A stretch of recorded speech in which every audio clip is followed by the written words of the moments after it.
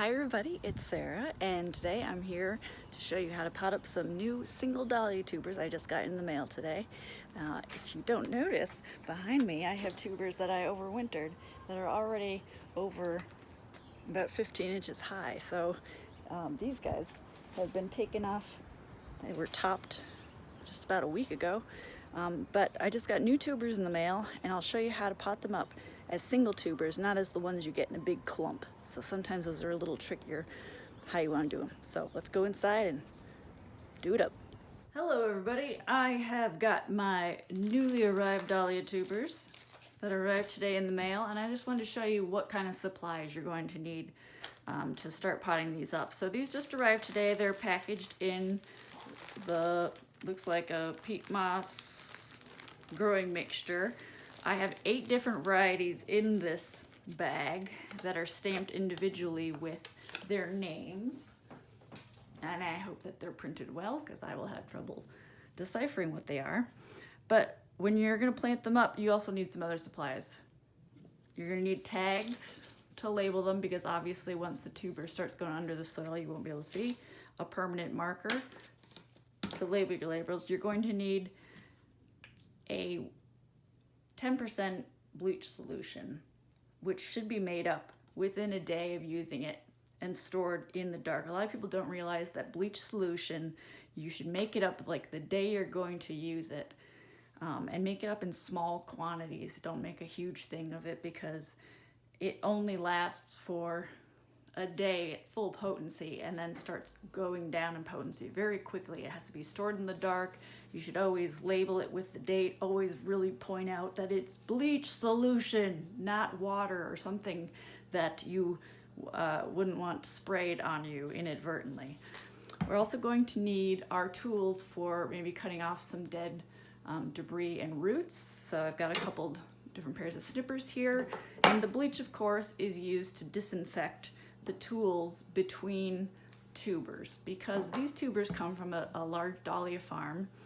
They may carry viruses that I don't want to introduce or transfer from tuber to tuber, and if you use the same dirty snippers to trim one thing or cut off some dead rot on one tuber, and you go on to the next tuber without sterilizing your tubers with the bleach solution and letting it dry thoroughly before moving on to that next tuber, you can transfer a virus, bacteria, or parasite. So I use bleach because bleach will kill parasites.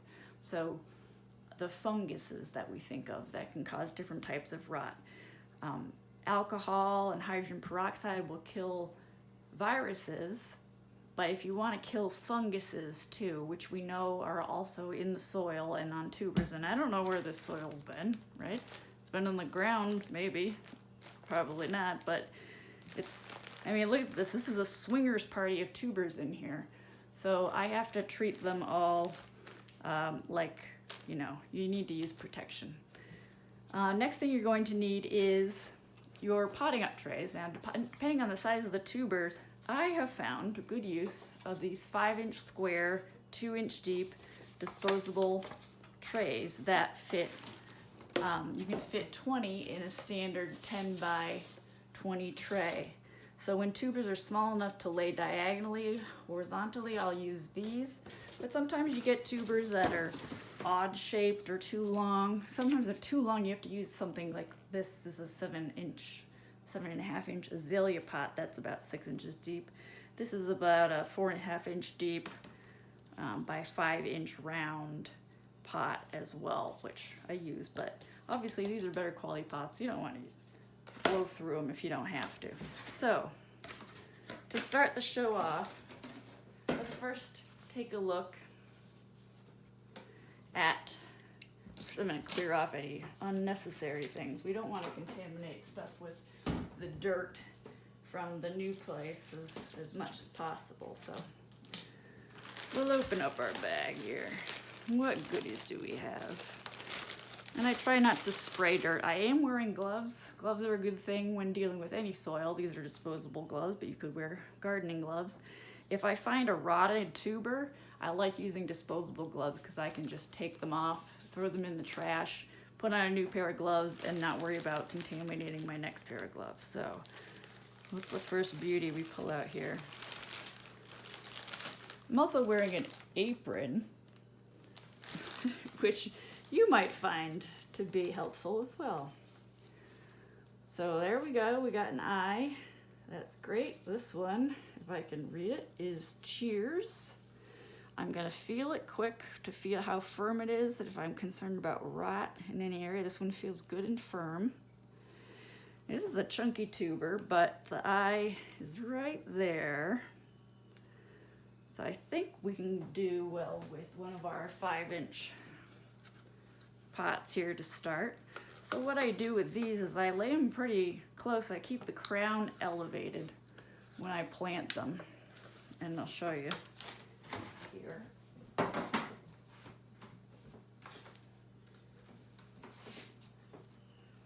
I'm filling this with Miracle-Gro moisture control potting soil, believe it or not. And I like to keep this soil away from my new soil, but I'm just showing you for purposes of demonstration here. Fill that up. Tuck the corner in, try and get the eye to be close to the center, but it doesn't really matter if you're gonna pot it on or if you're gonna grow it in a pot or transplant it to the garden. As long as you mark where you should not stick the stake afterwards, you'll be okay. So there's enough moisture in this potting soil where I don't have to water these right away. There's no root growth coming off of these tubers right now. Some of the ones that I potted up myself, that I overwintered myself, had roots emerging pretty quickly afterwards, but you'd be surprised how quickly these will take off. So there he is. I can still see his name, but the first thing I'm going to do is label with the variety name, the cultivar name, and then I also like to put the date that I potted it, just because I'm a nerd and I keep track of things like that.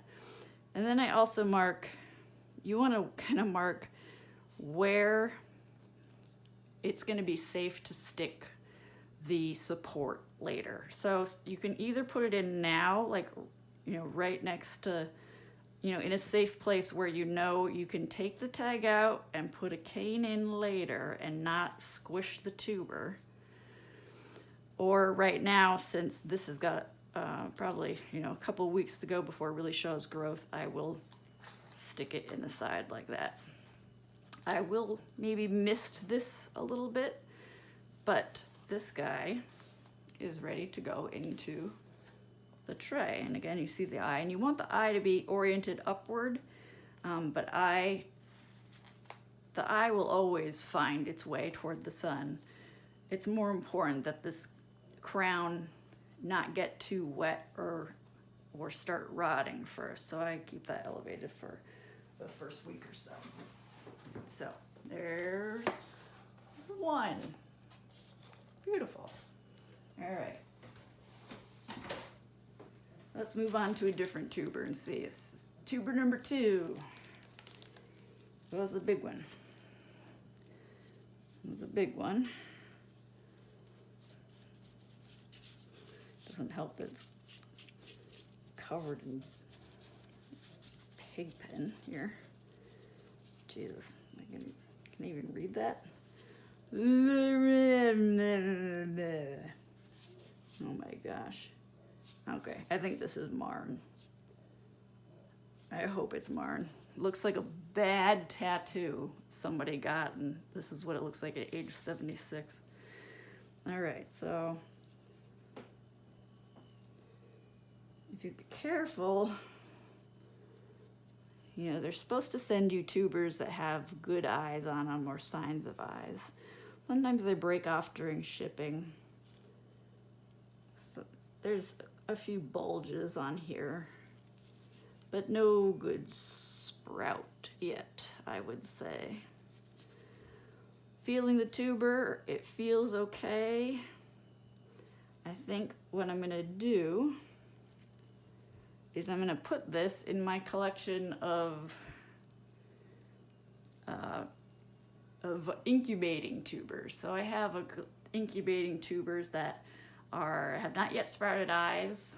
I just got them. They haven't been warmed up enough to start sprouting eyes. So this guy is going to go in the incubator for right now, and we'll pot him up when he has eyes that are more visible. So let's go for tuber number 3. Look at this tiny guy. So this is Summer's End. They must have a fun time trying to stamp these when they're so little. And this guy, now you might think, oh my God, that tuber is so little, but I've grown labyrinths, huge plants, out of tiny tubers like this. Now, it's got a good section of crown on it, but I don't see any eyes, so he's gonna go in the incubation pod as well. All right, what else we got? Who's this? I feel like I'm on an archaeological dig here.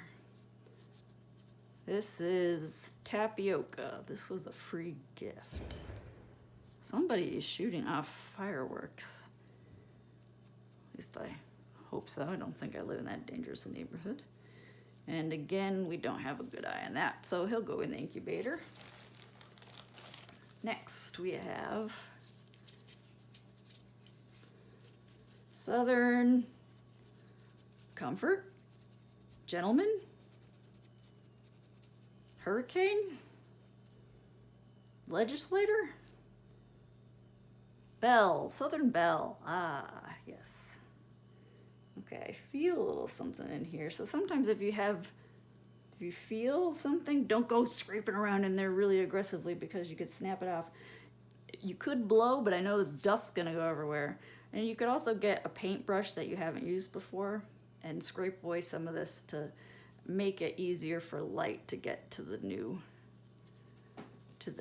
emerging eyes. So we'll go in the incubator. It's frustrating when you're in a northern state like I am in Wisconsin. I like to start my tubers really early because we have a short summer, and if you want dahlias to bloom for you, you gotta really start them inside, and they won't start shipping until this is late April, and earlier I think I had better luck. All right, who is this? This is Diva. Also, if you think you're never going to be able to recognize the name of the tuber again, you can write in your own bigger print something that you'll remember, as long as you try not to tear that outer skin. So once again, no eyes there. So I'm just going to continue going through. Oh, well, here's a good example. Here's a big one. So this tuber has a gigantic body and little neck. These are often prone to rot. I don't know if this is the mother tuber or not. Probably not, because it's pretty smooth. And I have to say, these are pretty well-trimmed dahlias. Sometimes you get the clumps that have tons and tons of scragglers, or they're been shuffled around and you've got hanging chads of dahlia tubers. There's one little eye there. You can make it out there. So, and that one looks like an eye too. So, if I can find out who this is. Hello, where's your name? This is Touche. This was the free gift. Maybe it produces tons and tons of tubers, and that's why it's a free gift. So I'm gonna have to watch this one. Big fat tubers like this, you do not want to water early, especially until you see growth, like a lot of growth coming out and a lot of root development, because these will rot. Think of putting a potato in the sun. Don't put it in hot sun. Don't put it on a warming pad. Let this thing do its thing with as little intervention from you as possible. Otherwise, you will get rot. And I'm feeling around right now and it feels okay. So, all right, so we'll pot this one. Now this one is, being a chunker that it is, might not do well.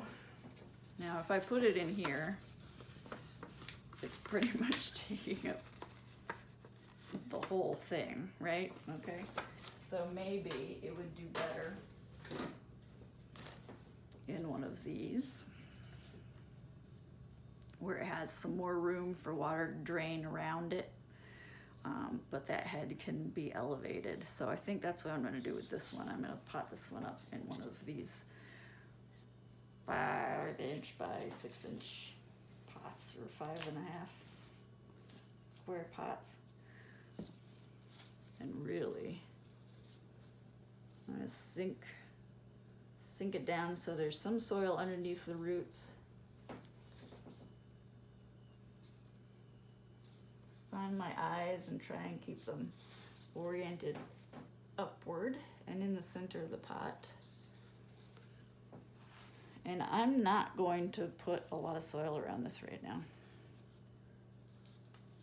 It's getting enough to make it stable in the pot and let the tuber know, yes, soil is here for you.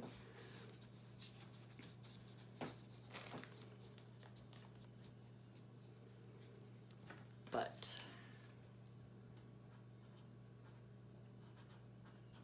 see, I wrote touchy. That's why they send you labels, you know, so you don't make embarrassing mistakes on your garden labels. So I'm gonna stick this on the side. It will be obvious where I can put the stake later, and it should work out. So one of the pitfalls of when you have to plant in a deeper container is, how is the sun going to reach that? You know, depending on what angle your sun is coming from, you need to make sure that this one gets overhead sunlight so the growth starts coming up. If your light source is coming from the side, it's not going to get enough light. So you want to make sure you place that in the direction where it's going to get overhead light. Right? But there you go. Hope you are able to get started, and we'll check in soon. Thanks.